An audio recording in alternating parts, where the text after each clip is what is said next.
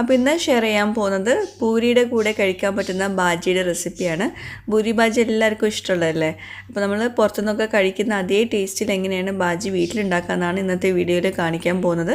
ഞാൻ മുമ്പ് പൂരിയുടെ recipe share ചെയ്തിട്ടുണ്ടായിരുന്നല്ലോ, നല്ല ക്രിസ്പി ആയിട്ടുള്ള എണ്ണൊന്നും അധികം കുടിക്കാത്ത പൂരിയുടെ റെസിപ്പി. അതിൻ്റെ കൂടെ ഉണ്ടാക്കിയതായിരുന്നു, അന്ന് ഷെയർ ചെയ്യാൻ കഴിഞ്ഞില്ല.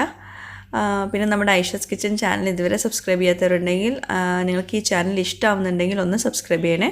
അവിടെ കാണുന്ന റെഡ് സബ്സ്ക്രൈബ് ബട്ടൺ ഒന്ന് പ്രസ് ചെയ്യുക. അതിൻ്റെ കൂടെ ചെറിയൊരു ബെല്ലൈക്കൺ ഉണ്ട്, അതുകൂടെ ഒന്ന് പ്രസ് ചെയ്യുക. അപ്പോൾ ഇതുപോലെ കാണാം, ഇതിൽ ഓൾ വേണം പ്രസ് ചെയ്യാൻ കേട്ടോ. അപ്പോൾ നമുക്ക് ഇന്നത്തെ റെസിപ്പിയിലേക്ക് പോവാം. അപ്പോൾ ഈ പൊട്ടാറ്റോ കറി അല്ലെങ്കിൽ ഈ ബാജി ഉണ്ടാക്കാൻ വേണ്ടിയിട്ട് ഞാനിവിടെ 2 വലിയ ഉരുളക്കിഴങ്ങാണ് എടുത്തുള്ളത്. ചെറുതാണെങ്കിൽ ഒരു 3-4 എടുക്കണം കേട്ടോ.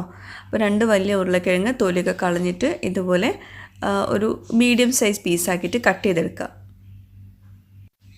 പലരും പല രീതിയിലുമാണ്